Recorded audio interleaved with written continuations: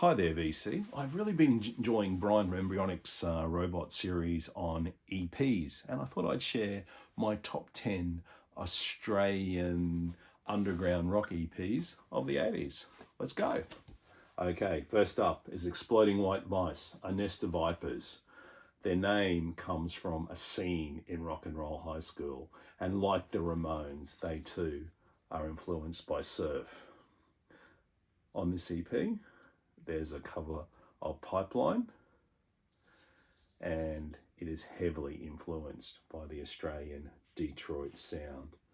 And check out that house. Now, there's a house to live in. Number 9, The Butcher Shop. The Butcher Shop feature members of the Johnnies in Spencer Jones and Billy Palmer Jr. And most importantly for Australians, Tex Perkins, who came from the Beast of Bourbons, Tex Deadly and the Dum Dums, The Cruel Sea, and now chooses to tour under a number of solo guises. Additionally, for overseas people, Kid Congo Powers from The Cramps is also featured on this 3-song EP. Hard for You is a proto-grunge slammer, equally blues, equally rock and roll. Next up is Ups and Downs with their Sleepless EP. 7 songs of Paisley Underground, which was released overseas as an album with a couple of extra tracks on it. But this certainly lives by itself. Key track on this is the 7-inch, The Living Kind, and my personal favourite is Where Is the Sun. Ups and Downs are from Brisbane and moved to Sydney to seek greater fortune. Next up, an infamous Australian underground band. Infamous because their lead singer, James Darroch, passed away in a car crash, unfortunately. And the band finished up, obviously, soon after that occurred.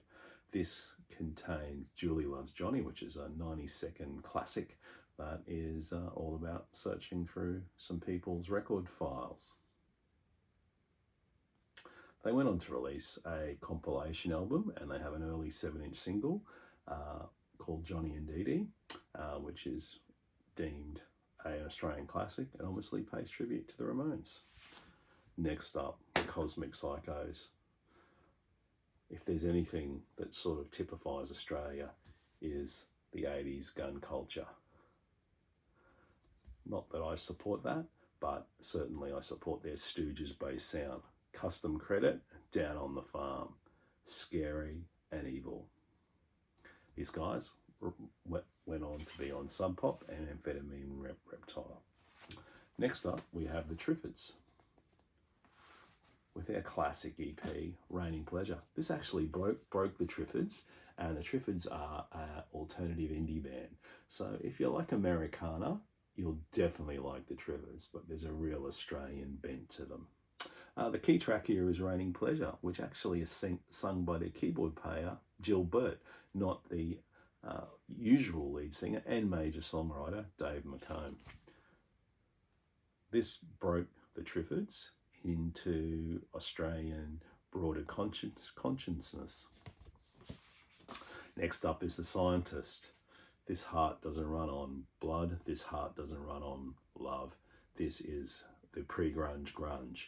Features the classics Nitro, Solid Gold Hell, Kim Salmon, Boris Sujovic, Brett Rickson, and Tony Fuels. Never sounded more dangerous. Okay, top 3 territory. Here we are with the Laughing Clowns on the Missing Link label, featuring Ed Cooper from the Saints. The Laughing Clowns are jazz punk with a heavy leaning on the jazz. So think something like Nucleus, only a lot more post-punk. On the Missing Link label, run by Keith Glass, which was key in developing a lot of Australian underground acts.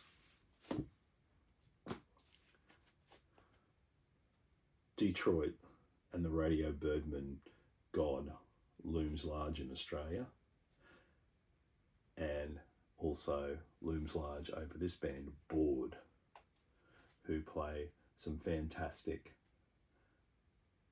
underground Detroit influenced rock. They're also influenced heavily by Lobby Lloyd and the Coloured Balls. This is on the Growing Up Long label and features Dave Thomas, Buzz Munday, John Nolan and Grant Gardner. Dave Thomas unfortunately has passed, as has Johnny Nolan. Fantastic band if you like your Detroit punk. And my number one EP from 80's Australia is The Mutiny by The Birthday Party. Features the classic Swampland, but also the key reason why I think this is the number one EP is not only is it fantastic music, but it is also the blueprint for what would become Nick Cave and the Bad Seeds. So we have Mick Harvey on this, Roland S. Howard's on this, Nick Cave's on this, Tracy Pugh's on this, but most importantly, Blixa Bargeld plays guitar on one of the tracks. The cover was designed by Anita Lang, who is also featured on the cover of the first Bad Seeds album. Okay, Brian, thanks for the inspiration, and I hope you enjoyed my top 10 Australian underground rock EPs of the 80s. Bye, everyone.